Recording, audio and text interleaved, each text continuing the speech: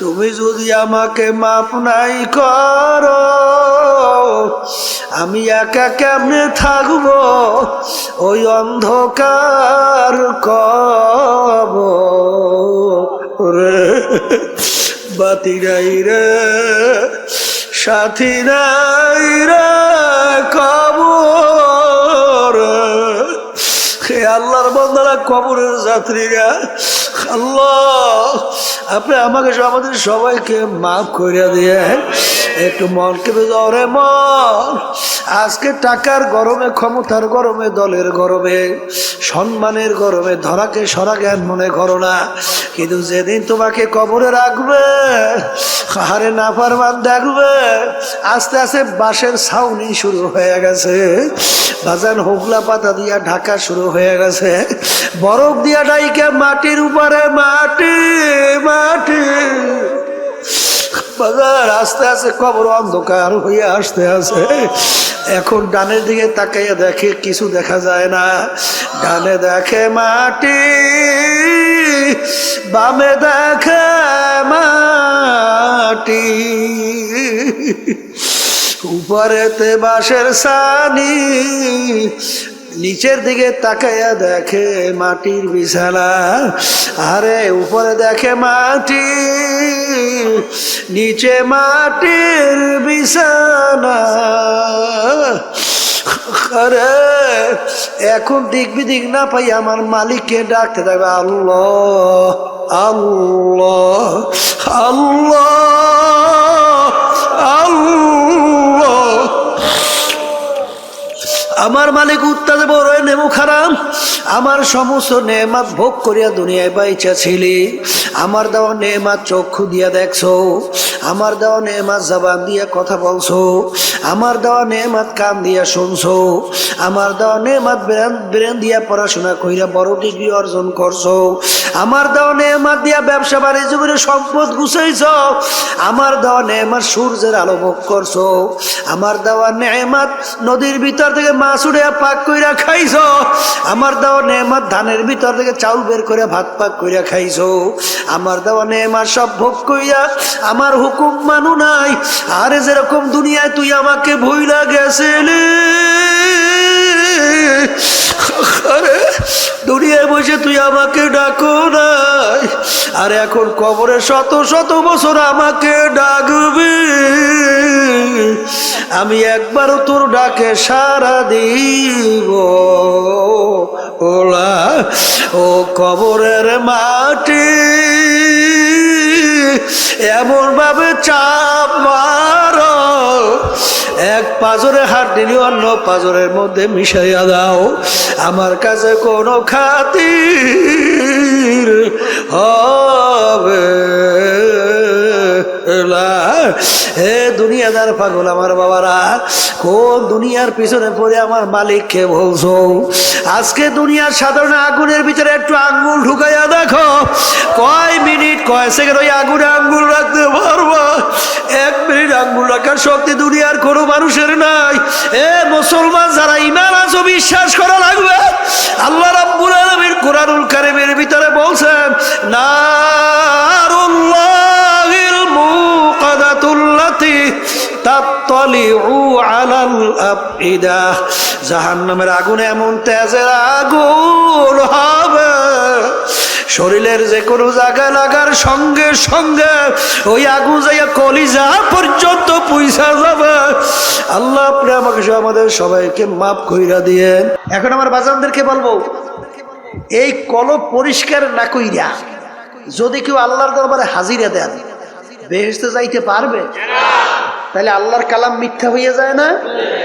কি জোরে কর লাগা হয় কি হয় না? এখন কলব পরিষ্কার করবেন কেমনে? কলবের রোগটা কি এইটা বোঝা লাগবে। এটা কি লাগবে? বাজার আপনার জ্বর হইয়া জিহ্বা নষ্ট হয়ে গেছে, যত ভালো খাদ্য আপনার সামনে নিয়ে আসা হোক না কেন, ওই খাদ্য কিন্তু আপনার কাছে ভালো লাগবে না। মুখের ভিতরে দেবে, বলবে কি খাদ্য নিয়ে আসছো? তিতা। কি এই আল্লাহর বান্দারা, পর্দা আলে মা বোনেরা, এটা কি খাদ্যের দোষ না তোমার জিহ্বার দোষ? যদি তুমি ঘাউরমি কইরা বলো আমার জিহ্বা ভালো আছে, খাদ্য নষ্ট হয়ে গেছে, তখন তোমার কপালটা পড়ছে, কপালটা। আর যখন সবাই বলতেছে এ আল্লাহর বান্দা খাদ্য কিন্তু ভালো আছে, রোগ হইয়া নষ্ট হয়ে গেছে, তুমি এখনো কেন বসে আছো? যাও, তাড়াতাড়ি যাও, হসপিটালে ভর্তি হও, ডাক্তারের পরামর্শ নাও, প্রেসক্রিপশন অনুযায়ী ঔষধ খাওয়া শুরু করো। কি জোরে বলেন, কথা ঠিক কিনা? যার কপাল ভালো সে কিন্তু বাজান ডাক্তারের কাছে যাইয়া পরামর্শ নেবে, আর যার কপাল খারাপ সে কিন্তু পরামর্শ নেবে না, ও কিন্তু রোগ আক্রান্ত হইয়া হার্টে অ্যাটাক করে মারা যাওয়ার সম্ভাবনা। কথা ঠিক নেবে? ঠিক ঠিক বাজান, তোমার আমার কলম স্বচ্ছ ভালো আছে কিনা কিভাবে বুঝবা? এক শ্রেণী আমার বাজানরা যখন আজানের শব্দ শোনে তখন সেই আল্লাহর বান্দা বান্দি পাগল হইয়া যায়, কিভাবে তাড়াতাড়ি ওযু কইরা প্রস্তুত নিয়া মসজিদের ভিতরে দৌড়াইবে।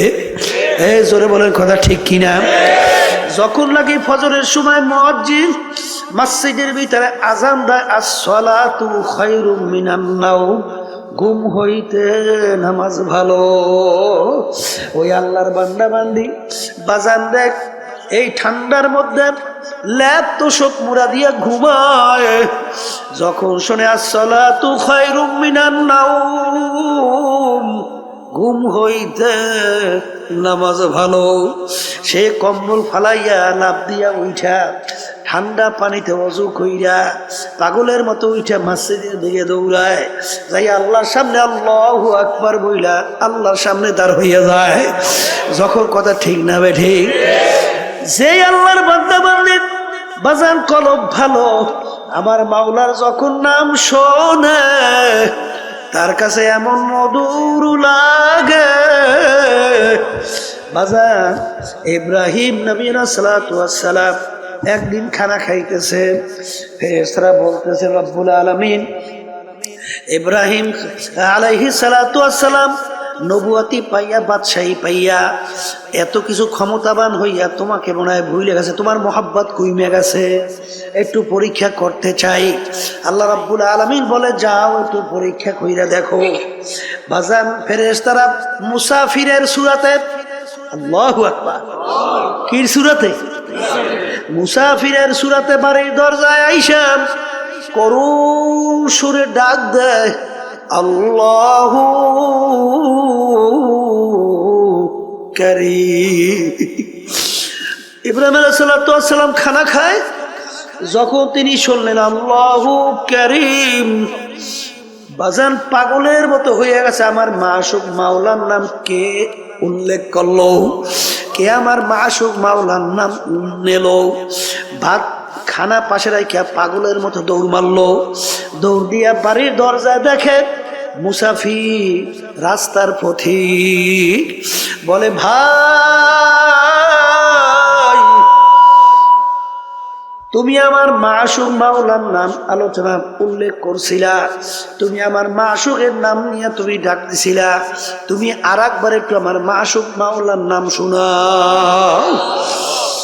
পথিক বলতেছে হুজুর আমি একবার বলছি, আর একবার যদি আপনার মাশুক মালিকের নাম শোনাই আপনার বিনিময়ে আপনি আমাকে কি দেবেন? বলে আমার হাজার হাজার দুম্বা সব তোমাকে আমি দান করিয়া দিলাম, একবার একটু শোনাও। আবার মুসাফির করুণ সুরে ডাক দিয়ে বলে আল্লাহু কারীম। বাজান মাশুক মাওলার নাম যতবার শোনে ততই তার কাছে মধুর মতো লাগতে আছে। বাজান আপনি যাকে মোহাব্বত করেন তার কথা যত বারবার তোমার সামনে আলোচনা করা হয় তোমার কাছে ততই ভালো লাগে। ঠিক আল্লাহ তো দাবি করছেন ওয়াল্লাযীনা আমানু আশাদ্দু হুব্বান লিল্লাহ, যারা মুমিন সব জিনিসের চেয়ে আমি মালিককে বেশি মোহাব্বত করে। বলে হুজুর মুসাফির আর একবার আমার মাসুক মাওলার নামে একটু শোনাও। হুজুর বিনিময় কি দেবেন? কলে আমার হাজার হাজার উট সব তোমাকে আমি দান কইরা দিলাম। আবার ডাক দিয়ে বলে আল্লাহু কারীম। যত বলে ততই তার কাছে আরো মজা মজা লাগে, কারণ মোহাব্বতি লোকের নাম অন্যের মুখে শুনতে আরো ভালো লাগে। বাজার এরকম বলতে বলতে তার সব মাল সম্পদ দেওয়া হয়ে গেল। আবার একটু শোনাও, এর বিনিময় কি দেবেন? আমার তো আর কিছু নাই, আমি তোমার সঙ্গে ওয়াদা করতেছি, আমি ইব্রাহিম যতদিন বাইচা থাকবো ততদিন আমি তোমার গোলামি করতে থাকবো। তবু তুমি একটু আমার মাসুক মাওলার নাম শোনা। তখন ফেরেশতা বলতেছে হুজুর আমি কোনো রাস্তার ফকির মুসাফির না, আমি মাওলার ফেরেশতা ছিলাম আপনার কাছে পরীক্ষার জন্য। শোনেন শোনেন, আপনার মাসুক মাওলার নাম যত মনে চায় শোনেন। বাজান তখন আল্লাহর নাম মন মতো শুনাইল। বাজান বাজান যার কলব স্বচ্ছ তার মালিকের নাম শুনতে মজা লাগে। জোরে বলে কথা ঠিক না বেঠি? এ আল্লাহর বান্দারা, পর্দা আলে মা বোনেরা, তোমার কলব ভালো না মন্দ তুমি কেমনে বুঝবা? এক শ্রেণী মানুষ ওর কাছে ঢোল বাদ্য গানের আওয়াজ ভালো লাগে। আর একটু আসতে কন, এই আছে জোরে কন, আছে জোরে কন, আছে। তার কাছে আজানের শব্দ বিশ্বাস শব্দের মতো মনে হয়। জোরে বলেন কথা ঠিক না বে ঠিক? তার কাছে আল্লাহর নাম শুনলে বিরক্ত লাগে। তখন বুঝতে হবে বাজান এটা কিন্তু নামাজের দোষ না, আল্লাহর নামের দোষ না, আজানের দোষ না, তোমার কলবটা নষ্ট হয়ে গেছে। তোমার কলব কি হয়েছে? এটা মুখ খুলে বলেন, কলব কি হয়েছে? এখন এই কলব নষ্ট অবস্থায় তুমি যদি দুনিয়া থেকে বিদায় নিয়ে কবরে যাও, আমার মাওলার বেহেশতে যাওয়া যাবে? হ্যাঁ, বেহেশতে যাওয়া যাবে? আবার জোরে কাজ যাবে? এখন বাজান তোমার কাছে নামাজ ভালো লাগে না, আল্লাহর জিকির ভালো লাগে না, তোমার কাছে আজানের শব্দ ভালো লাগে না, এটা কিন্তু আজানের দোষ না, নামাজের দোষ না, এটা কিন্তু তোমার কলবের দোষ। এখন এই কলবের ভিতরে রোগ আইসা গেছে, এখন কলবের চিকিৎসা করা লাগবে কি লাগবে না? সবাই কন নাই? কলবের চিকিৎসা লাগবে, লাগবে, লাগবে। এখন এই কলবের চিকিৎসার জন্য MBBS FRCS ডাক্তার তাদের কাছে যাইবেন না? হ্যাঁ, তারা কলবের চিকিৎসা করতে পারবে? এই কলবের চিকিৎসককে, কলবের চিকিৎসক হলো হক্কানি উলামায়ে কেরাম, হক্কানি পীর বুজুর্গেরা। কি কথা কয় না দেখি? এখন এই আল্লাহ খাস বান্দাদের কাছে, হক্কানি আলেমদের কাছে যাওয়ার পরে আপনার অবস্থা দেখার পরে বলবে বাজান তুমি এইটা করো, এইটা কইরো না। কথা কয় না? তুমি এইভাবে চলো, এইভাবে চইলো না। যারা আল্লাহর খাস বান্দাদের হুকুম ঠিক মতো মানতে পারবে, আল্লাহ রাসূল সাল্লাল্লাহু আলাইহি ওয়াসাল্লাম একদিন বসা এক সাহাবী এসে বলতেছেন, ইয়া রাসূলুল্লাহ, ইয়া হাবিবাল্লাহ, আপনি আমাকে কিছু আমলের কথা আপনি বইলা দেন, যেই আমল করার মাধ্যমে আমি নাজাত পাইয়া জান্নাতে যাইতে পারবো। তাহলে বোঝা গেল সাহাবীর আগেই সে ইমানদার ছিল, ইমান আনছিল। কথা ঠিক? আল্লাহ রাসূল সাল্লাল্লাহু আলাইহি ওয়াসাল্লাম তাকে নামাজ সহ বিভিন্ন আমলের কথা বাতাইলেন। সাহাবী বলতেছেন, ইয়া রাসূলুল্লাহ, ইয়া হাবিবাল্লাহ, আপনি সাক্ষী থাকেন, আপনি যেইভাবে আমাকে বলছেন আমি হুবাহু এইভাবেই পালন করব, একটু বাড়াবো না, একটু কমাবো না। যখন এই কথা বললে আল্লাহর বান্দারা না করলো, আল্লাহ রাসূল সাহাবায়ে কিরামদেরকে বললেন, তোমরা যদি বেহেশতি লোক দেখতে চাও তাকে ইঙ্গিত করিয়া বললেন তাকে দেইখা না। আল আমরু ফাওকাল আদাব, আদবের ভিতরে সবচেয়ে বড় আদব হলো কথা মানা। আদবের ভিতরে সবচেয়ে বড় আদব কি? হ্যাঁ, আর বেয়াদব মাহরুমে গাশত আজ, আর যে নাকি বেয়াদব হয়, কথা মানে না, আল্লাহর রহমত থেকে বঞ্চিত হয়। কথা ঠিক? এখন আবার কথা কইয়েন এক শ্রেণী কিন্তু বর্তমানে ফতুয়া দেয় না, আমরা দেবো কি? এখন তারিখ কেমন আরো ফতুয়া দেওয়া শুরু করছে। নামাজ নাই, রোজা নাই, খারাই ঘেরাইয়ে মতে, তারাও এখন ফতুয়া দেয়। কি আমি ভুল বলছি? হ্যাঁ, ঠিক মতো আলিফ উচ্চারণ করতে পারে না, ঠিক মতো সূরা ফাতিহাটা সহিভাবে তেলাওয়াত করতে পারে না, এরাও এখন ফতুয়া দেওয়া শুরু করছে। আছে না নাই? কে আপনারা বাংলাদেশে আধুনিক যুগে বুঝি টের পান না? ট্রাক্টর পান না? কি ট্রাক্টর পান না গেছে? পাইছেন না? হ্যাঁ, ফতুয়া দেওয়া শুরু করছে। ফতুয়া মানে মতামত। মতামত দেবে কোরআন এবং হাদিসের সঙ্গে না মিললে মেলা লাগবে না? না তোমার নিজের মতামত? হ্যাঁ, ফতুয়া মানে রায় প্রদান করা। আপনি রায় দেবেন কোরআন এবং হাদিসের বাইরে না কোরআন এবং হাদিস অনুযায়ী? হ্যাঁ, মেলা লাগবে না? না লাগবে না? বর্তমানে একদল ভাই এসে ফতুয়া দেয়। আল্লাহ মাফ করেন, আল্লাহ আপনি মাফ করে দেন। আল্লাহুম্মা আমিন। এই জন্য আমার বাজানদেরকে বলবো, বাজান আমাদের এই তরিকার নাম হলো সিস্তিয়া সাবিরিয়া তরিকা। এই তরিকার 5টা ঔষধ আছে। আমার আব্বাজান দাদাজান বাজান চ্যালেঞ্জ করে বলতেন, বাজান তোমাদের সঙ্গে কোনো ঝগড়া নাই, মারামারি নাই, কাটাকাটি নাই, তোমরা কিছুদিন ঠিক মতো ঔষধ পালন করে দেখো, দেখবা তোমার আমার আগে নামাজ ভালো লাগতো না, এখন আজান দিলে আল্লাহর ফজল করবে, নামাজ পড়ার জন্য পাগল হইয়া যায়। আগে রোজা ভালো লাগতো না, এখন জীবন গেলেও রোজা ছাড়তে পারে না। আগে মিথ্যা কথায় অভ্যস্ত, এখন আল্লাহর ফজলে জীবন গেলেও মিথ্যা কথা বের হয় না। আগে বিভিন্ন জুলুমের ভিতরে লিপ্ত ছিল, এখন আল্লাহর ফজল করমে জুলুমের কাছেও যায় না। আপনাদের এলাকায় 2-1 জন নাই? এই 1 জন 2 জন, হাজার হাজার, কথা বলেন না?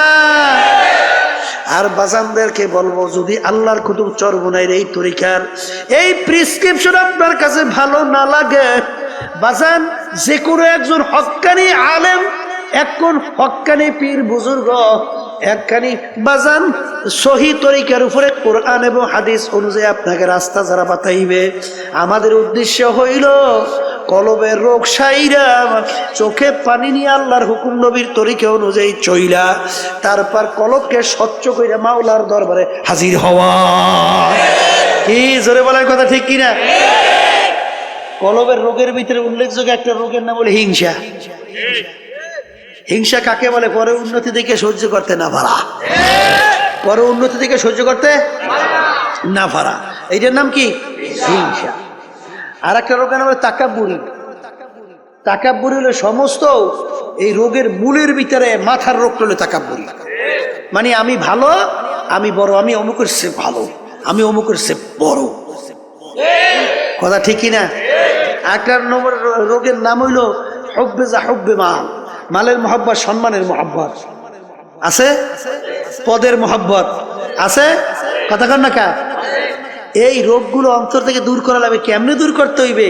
এই যখন নাকি হক্কানি তরিকে আল্লাহর কুতুবদের কাছে যাবেন, তখন দেখবেন আল্লাহর ফজল করবে আপনাকে ঔষধ কোরআন এবং হাদিস অনুযায়ী বাতাইয়ে দেবে।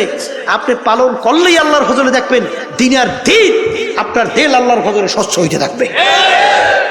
এর হাজার হাজার প্রমাণ বাংলাদেশ তাম দুনিয়ার ভিতরে আছে না নাই? আছে, আছে।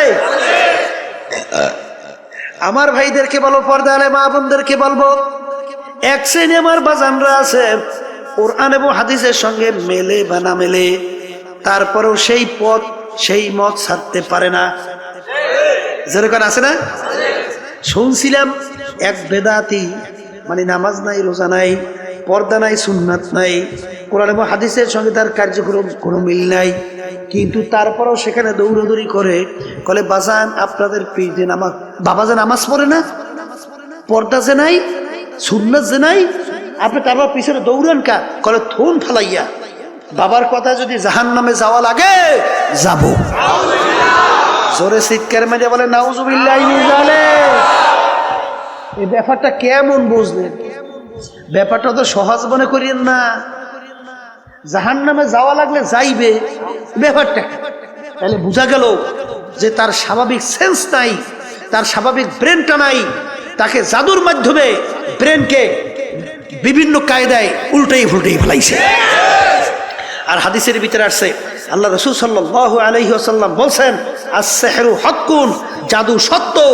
যখন তুমি দেখবা, এই মিয়া আপনার চোখের ডাক্তার, চোখের রোগ হইছে, আপনি কি চোখের ডাক্তারের কাছে যাইবেন না পেটের বিশেষজ্ঞের কাছে যাইবেন? আপনার পেটের রোগ হইছে, পেট বিশেষজ্ঞের কাছে যাইবেন না চোখ বিশেষজ্ঞের কাছে যাইবেন?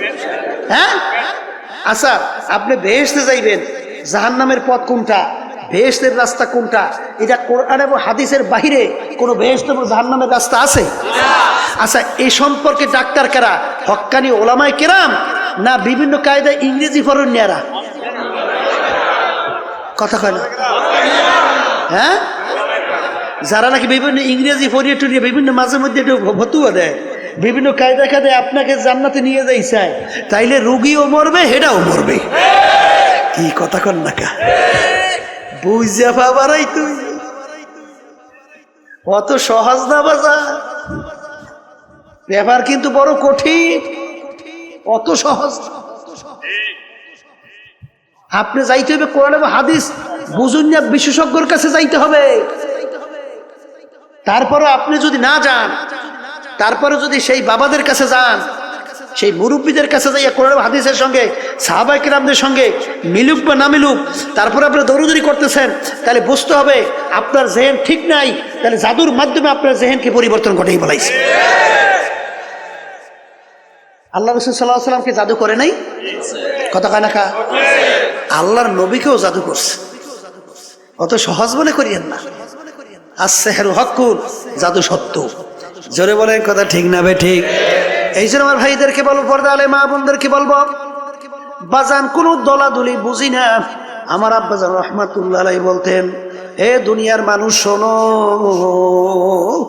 আমি ফজলুল করিম দুনিয়ার থেকে বিদায় নিয়া কবরে যাওয়ার পরে ফুলের মালা একটার পর একটা গাইথা তোমরা যদি আমার কবরকে ভইরা রাখো, আর আমার মাওলা যদি আমাকে কবরে মাপ না করে, ওই ফুলের মালা আমার কিছু আসে যায় না। আর তোমরা যদি জুতার মালা একটার পর একটা গাইথা আমার কবর যদি তোমরা আমাকে ভইরা রাখো, আর আমার মাওলা যদি আমাকে কবরে মাপ কইরা দেয়, ওই জুতার মালা আমার কিছু আসে যায় না। এই জন্য আমার বাজানদেরকে বলবো, পর্দা আলে মা বোনদেরকে বলবো, আমার আব্বাজান বলতেন, আমি দল দিয়া কি করব, আমি টাকা দিয়া কি করব, আমি সম্পদ দিয়া কি করব, আমি বিভিন্ন অমুক টমুক সমুক দিয়া কি করব, আমি পীরগির দিয়া কি করব, কারণ কবরের প্রশ্নের উত্তর আমার দেয়া লাগবে, আমার কবরের প্রশ্নের উত্তর আমার দেওয়া লাগবে। খোদা না খাস্তা কবরে যদি প্রশ্নের উত্তর আমি ঠিক মতো দিতে না পারি, আল্লাহর হাবিব বলছেন, আল কবরু রাউযাতুম মিন রিয়াজিল জান্নাহ আও হুফরাতুম মিন হুফারিন নার। এ আমার উম্মতরা, কবর দেখো, এই কবর কিন্তু আসল কবর না, কোন কোন আল্লাহর বান্দা বান্দির কবর একটা বেহেশতের বাগান হইয়া যাবে।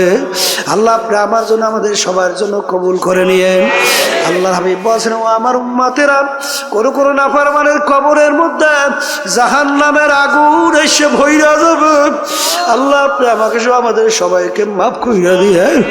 আল্লাহ আপনি আমাকে সহ আমাদের সবাইকে মাফ কইরা দিয়েন। আল্লাহর হাবিব বলেছেন, ও আমার উম্মতেরা, কোন কোন নাফরমানের কবর মধ্যে মাটি এমন ভাবে চাপ মারবে, এক পাজরে হাড্ডি নিয়ে অন্য পাজরের মধ্যে মিশাইয়া দেবে। আল্লাহ আপনি আমাকে সহ আমাদের সবাইকে মাফ কইরা দিয়েন। আল্লাহ রাসূল বলেছেন, ও আমার উম্মতেরা, 99 তিননিনান লাউ নুফিকা ফিল আরদি মা আনবাতাত খাদেরা। কোন কোন নাফরমানের কবরের মধ্যে একটা না দুইটা না 99টা বিষাক্ত সাপ জমা হইয়া যাবে। কিয়ামত পর্যন্ত ওই নাফরমানকে পেঁচাইয়া পেঁচাইয়া ঠোকরাইতে থাকবে। আল্লাহ আপনি আমাকে সহ আমাদের সবাইকে মাফ কইরা দিয়েন। ওই সাপ কেমন বিষধর হবে, যদি জমিনের দিকে মুখ কইরা ফুঁক দিত, এই জমিনের ভিতরে গাছপালা মাথা জাগাতে পারতো না। বাজার অনেকে বলতে পারেন হুজুর এই সাপে এত বিষ কিভাবে হয়? বর্তমান আধুনিক যুগে বোঝাতে বড় সহজ রে বাজান, কারণ বর্তমানে অ্যাটম বোম তৈরি করছে, আনুপানবিক বোমা তৈরি করছে, যেটাকে পারমাণবিক বোমা বলা হয়। এতটুকু ছোট একটা বস্তু যদি কোনো এলাকায় ছাইরা দেয়, ওর ক্রিয়ায় সমস্ত এলাকার গাছপালা মানুষ সব মইরা ছাপিয়া যায়। এতটুকু ম্যাটেরিয়ালসের মধ্যে, এতটুকু পদার্থের ভিতরে যদি আমার মাওলা এত ক্ষমতা রাখতে পারে, আমার মাওলা সেই সাপের ভিতরে এত কেন বিষ দিতে পারবে না?